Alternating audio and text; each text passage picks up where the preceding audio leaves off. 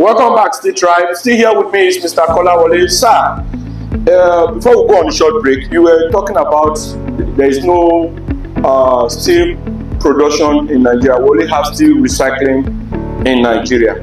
So if you will throw more light on that so that my audience can truly understand, what do you mean by the difference between a recycling and a steel production plant? Steel production plant is getting it from the source, that is the iron ore. Okay. So that's why we call it integrated steel plants. Integrated steel plant, okay. Yes. But what we have in Nigeria, all these companies you have around, they are just recycling the scrap, okay. Metal scrap. Okay. So it cannot be regarded as an integrated steel plant. Okay. So that is just the difference. So now, sir, that will bring me to my next question. Does that mean there's going to be a difference in quality between the recycling rebar and the steel production rebar? No, your end product depends on the specification you are looking for. On the end product? Yes, it depends on the end product, okay. The specification okay. you are looking for. Either you produce from iron ore or you recycle. Of course, it will be controlled okay. in process to get what you want. So it will not really make any difference anyway. So you just have to control all the parameters you are looking out for. To get the specification and the standard you are aiming at. Okay. Now, sir, in all this, in the steel, let's talk about the steel recycling industry now. In all this, how do we identify a quality good scrap? How do we identify a quality good scrap for recycling? Well, before you input all this metallic scrap into your furnace, you will need to control the quality. How? By removing all these non-metallic products. Okay. Maybe you have the rubber, you have non-metallic, you have also all those sorts of things. So substantial, even the sand, you can have a way of removing all those because they are not needed.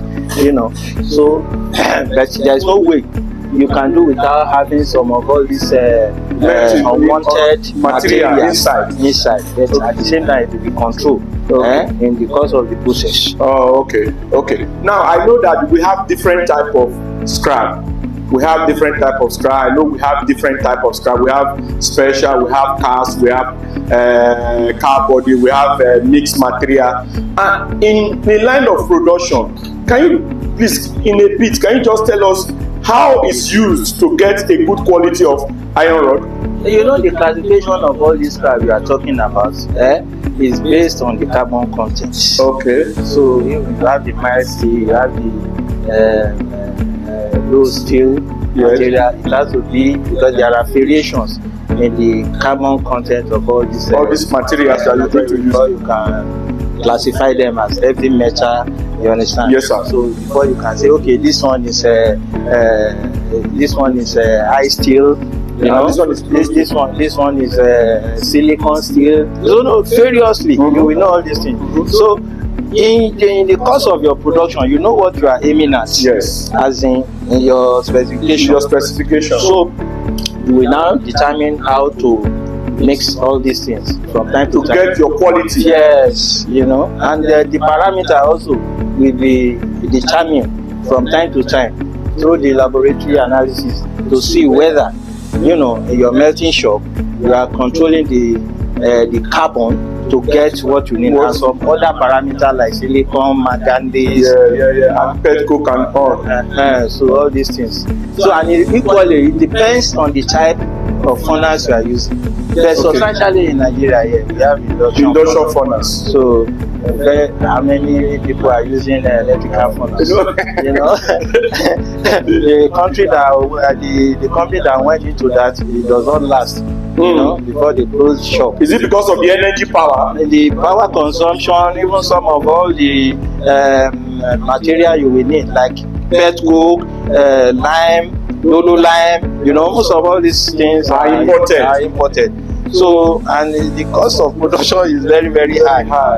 For the Nigerian market is not ready to afford such quality. And one beautiful thing about electrical furnace is that you can easily manipulate the quality to get what you need on time.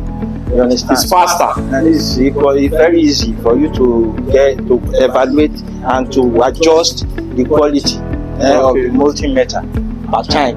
Okay, unlike the other induction furnace, but the cost of is very high. So guys, we'll be right back. We are taking a short break. Welcome back, guys. Sir, what future trend do you recommend for the scrap and steel industry? Yeah, for the future trend is vertical.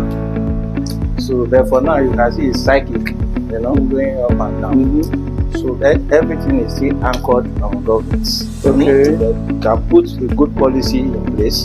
Definitely the future of scrap industry is very, very high. The potential is there. All right. We are not filling the gap. We are still very far away from it. So the trend is vertical. Okay, guys, you can hear it from the horse's mouth. He said the trend is vertical, and we still have a very lacuna that needs to be filled. The steel industry is lacking behind. We have, like he said earlier, we have about 15,000 metric tons annually. We are supposed to be supplying into the steel industry, into the market, and now we are only supplying only 2,000 metric tons, and we still have a lot which we are lacking behind, about 13,000 metric tons that we are supposed to be meeting up every year.